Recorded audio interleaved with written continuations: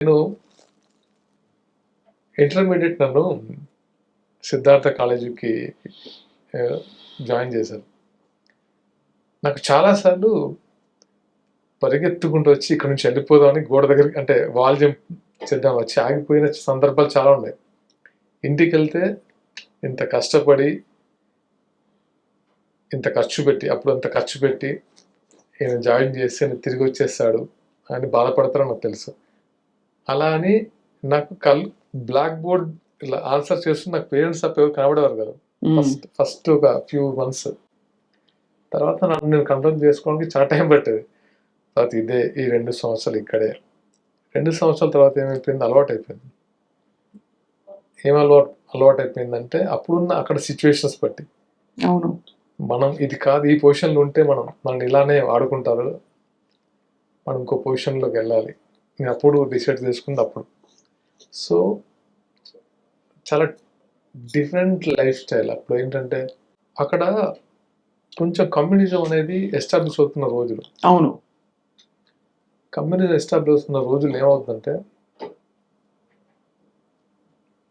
చాలా అంటే పేరున్న వాళ్ళని వీకర్ని అంటే ఎలా టార్గెట్ చేస్తారంటే అప్పుడు ఎలా ఉండేదంటే నేను అంటే ఇలా చెప్పలేను కానీ చాలా ఇబ్బంది పెట్టేవాళ్ళు.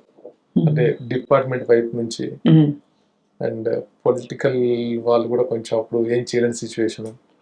ఒకవైపు పోలీస్ డిపార్ట్మెంట్, ఇంకోవైపు పొలిటికల్ ఒకవైపు నక్సల్స్. అంటే చాలా అది ఒక క్లిష్టమైన పరిస్థితి. డాడీకి నాన్నగారికి మాత్రం మీకు కూడా అంటే ఫ్యామిలీకి కదా, ఫ్యామిలీకి అంటే వచ్చి ఏం చేస్తారు అడుగుతారా? లేదు అది పెద్ద స్టోరీ కదా. అంటే కాదు ఇబ్బంది పెట్టడం అంటే పడే సిచ్యువేషన్స్. ఇప్పుడు ఏమైపోతుందంటే మనము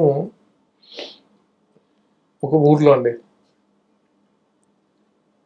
నక్సలిజం ఎందుకు స్టార్ట్ అవుద్ది, ఒక ఊర్లో అన్యాయం జరుగుతుంటది, భూస్వాములు పేదవాళ్ళని దోచుకుతింటే లేకపోతే పెట్టి చాకరీ చేపిస్తే తిరుగుబాటు వస్తుంది, తిరుగుబాటు స్టార్ట్ అవుతుంది. ఆ తిరుగుబాటు ఎక్కడి నుంచి వచ్చింది? మనుషుల నుంచి వస్తుంది. మనుషులు నక్సలిజంతో ట్రావెల్ అవుతూ ఉంటారు. వాళ్ళు వచ్చి ఏం చేస్తారు, ఒక ఊర్లో ఎడ్యుకేట్ చేస్తుంటారు, మేము ఉన్నాం మీ ప్రాబ్లమ్స్ చెప్పండి. వాళ్ళు వచ్చినప్పుడు ఎక్కడ తింటారు? ఆ ఊర్లో కొంచెం పేరుండి కొంచెం డబ్బు ఉండే వాళ్ళ దగ్గర షెల్టర్ తీసుకుంటారు. ఎందుకంటే లేని వాళ్ళ దగ్గర ఎట్లా పెట్టరు కాబట్టి ఉన్నోడి దగ్గర తీసుకొని తినేసేలా ఉంటారు. వాళ్ళు తింటారు, తినేసి వెళ్ళిపోతారు. తర్వాత ప్రాబ్లమ్స్ ఎవరికి? అక్కడ ఉండే వాళ్ళకి, ఆ రోజు అన్నం పెట్టిన వాళ్ళకి. అన్నం పెట్టినది ప్రాబ్లం. సో అన్నం పెట్టడం తప్పు కాదు, ఎక్కడ తప్పు కాదని మనకు తెలుసు. కానీ మీరు ఎందుకు మాకు ఇన్ఫర్మేషన్ ఇవ్వలేదు? ఇన్ఫర్మేషన్ ఎలా ఇస్తావు? ఫోన్స్ లేవు, ఏం లేదు, అసలు ఎందుకు ఇవ్వాలి? ఇప్పుడు వాడు అన్నం పెట్టకపోతే వాడు ఊరుకోడు, అన్నం పెట్టినందుకు మీరు ఊరుకోరు. అలా అని ఊర్లో వాళ్ళ అంటే అర్థమైపోయింది, ఊర్లో వాళ్ళందరినీ అంటే చాలా వీక్ అంటే అప్పుడున్న యూత్ని అంటే ఆ టైంలో ఉన్న యూత్ని ఇబ్బంది పెట్టేవారు. తెలంగాణలో ఉండే చాలా జిల్లాల్లో ముఖ్యంగా ఈ బీసీ సామాజిక వర్గం, ఎస్సీ సామాజిక వర్గం వాళ్ళని అప్పట్లో ఉండే ఈ వ్యవస్థల వల్ల పోలీసులు తీసుకెళ్లడము, కొట్టడము, లోపలేయడం. అంటే ఈ నెపంతో అంటే దే ఆర్ వీకర్స్. వాళ్ళ సపోర్ట్ లేదు, వాళ్ళు నోరు తెరిచి మాట్లాడరు. వాళ్ళ వైఫ్స్ వాళ్ళ ఫ్యామిలీ పీపుల్ ఏమో పొద్దున్న లేస్తే టిఫిన్ బాక్స్ పోలీస్ స్టేషన్ తీసుకెళ్ళడం. ఈ లైఫ్ ఎన్ని సంవత్సరాలు జరిగిందో నాకు తెలుసు. అందుకే ఏంటంటే వాళ్ళలో ఒక యూనిటీ ఉంటే, వాళ్ళు సొసైటీలో ప్రశ్నించే ఒక చట్టసభలో కూర్చుంటే చాలా చేంజెస్ వస్తాయి. అంటే ఇప్పుడు ఆ జనరేషన్ వేరు, ఈ జనరేషన్లో చాలా మందికి అది రావాలని నా ఉద్దేశం. కానీ ఇవన్నీ బహుశా మీ ఆలోచనని మోల్డ్ చేశాయి, మెంటర్ చేశాయి చాలా వరకు. కానీ ప్రపంచాలు ఎంత వేరో అనిపిస్తుంది సాగర్. మీరు చూడండి, ఒకవైపు ఒక గ్లిట్టర్, గ్లామరు, ఫ్యాన్స్, ఆటోగ్రాఫ్స్, డబ్బులు, ఏంటి ఇంక చెప్పక్కర్లేదు, అన్ని సర్వం ఉండే ఒక ఇండస్ట్రీ.